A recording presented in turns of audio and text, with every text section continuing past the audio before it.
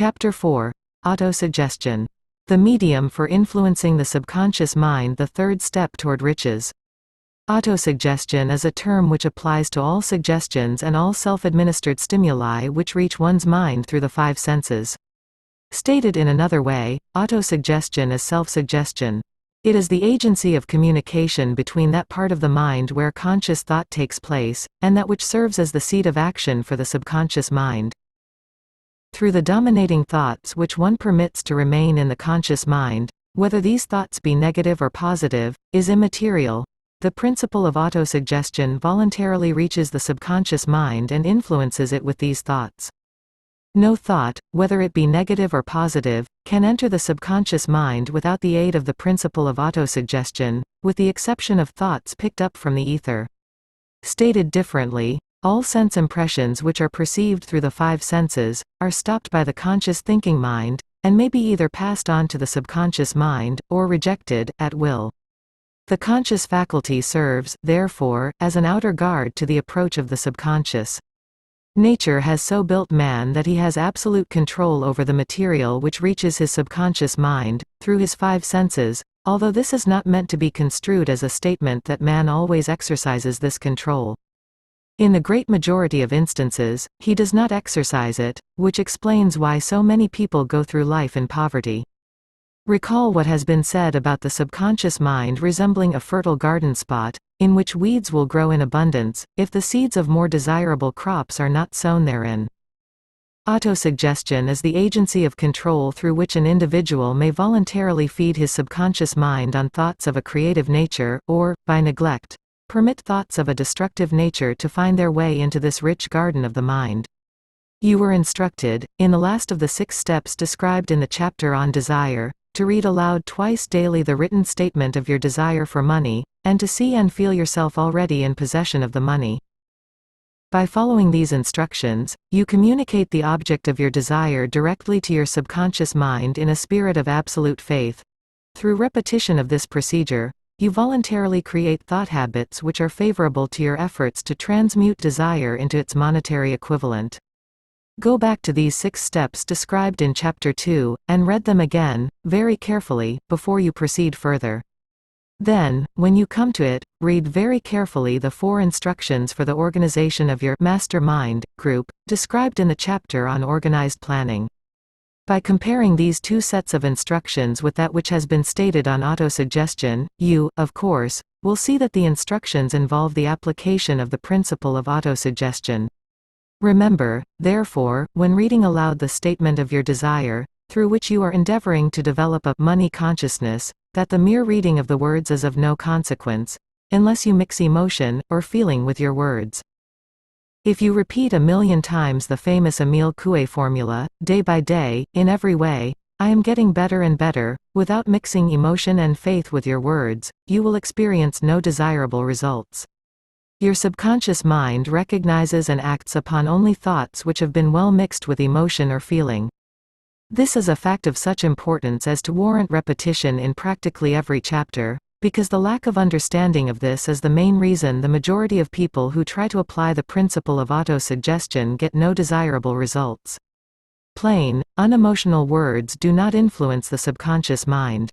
You will get no appreciable results until you learn to reach your subconscious mind with thoughts, or spoken words which have been well emotionalized with belief.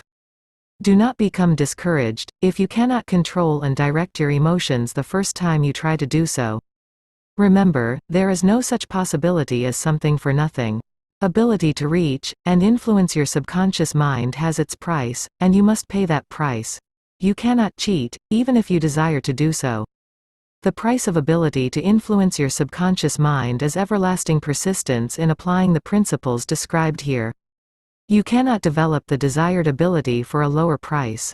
You, and you alone, must decide whether or not the reward for which you are striving, the money consciousness, is worth the price you must pay for it in effort. Wisdom and cleverness alone will not attract and retain money except in a few very rare instances, where the law of averages favors the attraction of money through these sources. The method of attracting money described here does not depend upon the law of averages. Moreover, the method plays no favorites. It will work for one person as effectively as it will for another. Where failure is experienced, it is the individual, not the method, which has failed.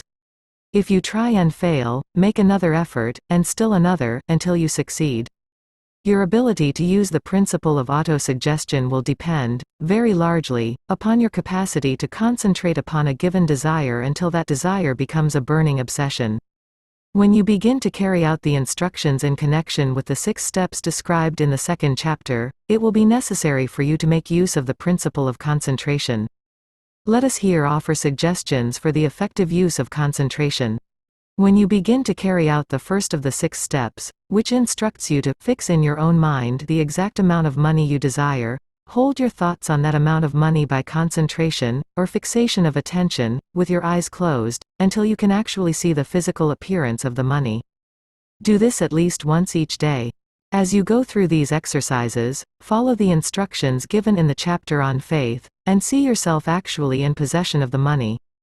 Here is a most significant fact. The subconscious mind takes any orders given it in a spirit of absolute faith, and acts upon those orders, although the orders often have to be presented over and over again, through repetition, before they are interpreted by the subconscious mind.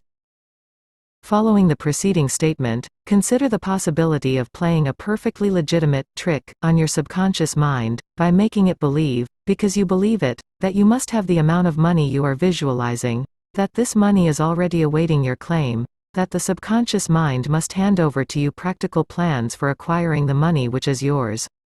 Hand over the thought suggested in the preceding paragraph to your imagination, and see what your imagination can, or will do, to create practical plans for the accumulation of money through transmutation of your desire. Do not wait for a definite plan, through which you intend to exchange services or merchandise in return for the money you are visualizing, but begin at once to see yourself in possession of the money, demanding and expecting meanwhile, that your subconscious mind will hand over the plan, or plans you need. Be on the alert for these plans, and when they appear, put them into action immediately. When the plans appear, they will probably flash into your mind through the 6th sense, in the form of an inspiration. This inspiration may be considered a direct telegram or message from infinite intelligence. Treat it with respect, and act upon it as soon as you receive it. Failure to do this will be fatal to your success. In the 4th of the 6 steps, you were instructed to create a definite plan for carrying out your desire, and begin at once to put this plan into action. You should follow this instruction in the manner described in the preceding paragraph. Do not trust to your reason when creating your plan for accumulating money through the transmutation of desire. Your reason is faulty. Moreover, your reasoning faculty may be lazy, and, if you depend entirely upon it to serve you, it may disappoint you. When visualizing the money you intend to accumulate, with closed eyes, see yourself rendering the service, or delivering the merchandise you intend to give in return for this money. This is important. Summary of instructions. The fact that you are reading this book is an indication that you earnestly seek knowledge. It is also an indication that you are a student of this subject. If you are only a student, there is a chance that you may learn much that you did not know, but you will learn only by assuming an attitude of humility. If you choose to follow some of the instructions but neglect, or refuse to follow others, you will fail. To get satisfactory results, you must follow all instructions in a spirit of faith. The instructions given in connection with the 6 steps in the 2nd chapter will now be summarized, and blended with the principles covered by this chapter, as follows. First, go into some quiet spot, preferably in bed at night, where you will not be disturbed or interrupted. Close your eyes and repeat aloud, so you may hear your own words, the written statement of the amount of money you intend to accumulate, the time limit for its accumulation, and a description of the service or merchandise you intend to give in return for the money. As you carry out these instructions, see yourself already in possession of the money. For example, suppose that you intend to accumulate $50,000 by the 1st of January, 5 years hence, that you intend to give personal services in return for the money, in the capacity of a salesman. Your written statement of your purpose should be similar to the following. By the 1st day of January, 19, I will have in my possession $50,000, which will come to me in various amounts from time to time during the interim. In return for this money I will give the most efficient service of which I am capable, rendering the fullest possible quantity, and the best possible quality of service in the capacity of salesman of. Describe the service or merchandise you intend to sell. I believe that I will have this money in my possession. My faith is so strong that I can now see this money before my eyes. I can touch it with my hands. It is now awaiting transfer to me at the time, and in the proportion that I deliver the service I intend to render in return for it. I am awaiting a plan by which to accumulate this money, and I will follow that plan, when it is received. Second, repeat this program night and morning until you can see, in your imagination, the money you intend to accumulate. Third, place a written copy of your statement where you can see it night and morning, and read it just before retiring, and upon arising until it has been memorized. Remember, as you carry out these instructions, that you are applying the principle of autosuggestion, for the purpose of giving orders to your subconscious mind.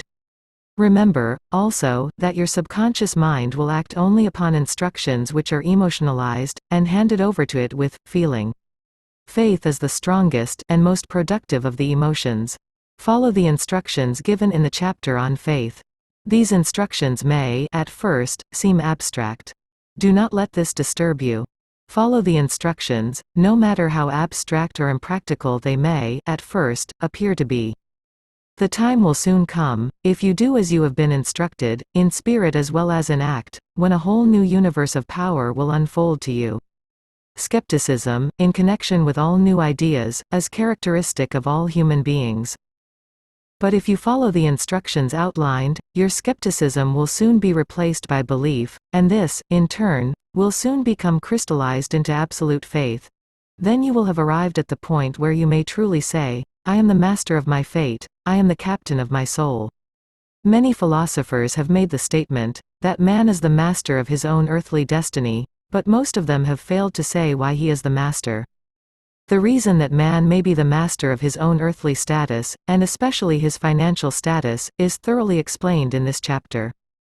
Man may become the master of himself, and of his environment, because he has the power to influence his own subconscious mind, and through it, gain the cooperation of infinite intelligence. You are now reading the chapter which represents the keystone to the arch of this philosophy. The instructions contained in this chapter must be understood and applied with persistence, if you succeed in transmuting desire into money. The actual performance of transmuting desire into money involves the use of autosuggestion as an agency by which one may reach and influence the subconscious mind. The other principles are simply tools with which to apply autosuggestion. Keep this thought in mind, and you will, at all times, be conscious of the important part the principle of autosuggestion is to play in your efforts to accumulate money through the methods described in this book. Carry out these instructions as though you were a small child. Inject into your efforts something of the faith of a child. The author has been most careful to see that no impractical instructions were included, because of his sincere desire to be helpful. After you have read the entire book, come back to this chapter, and follow in spirit, and in action, this instruction. Read the entire chapter aloud once every night. Until you become thoroughly convinced that the principle of autosuggestion is sound, that it will accomplish for you all that has been claimed for it. As you read, underscore with a pencil every sentence which impresses you favorably.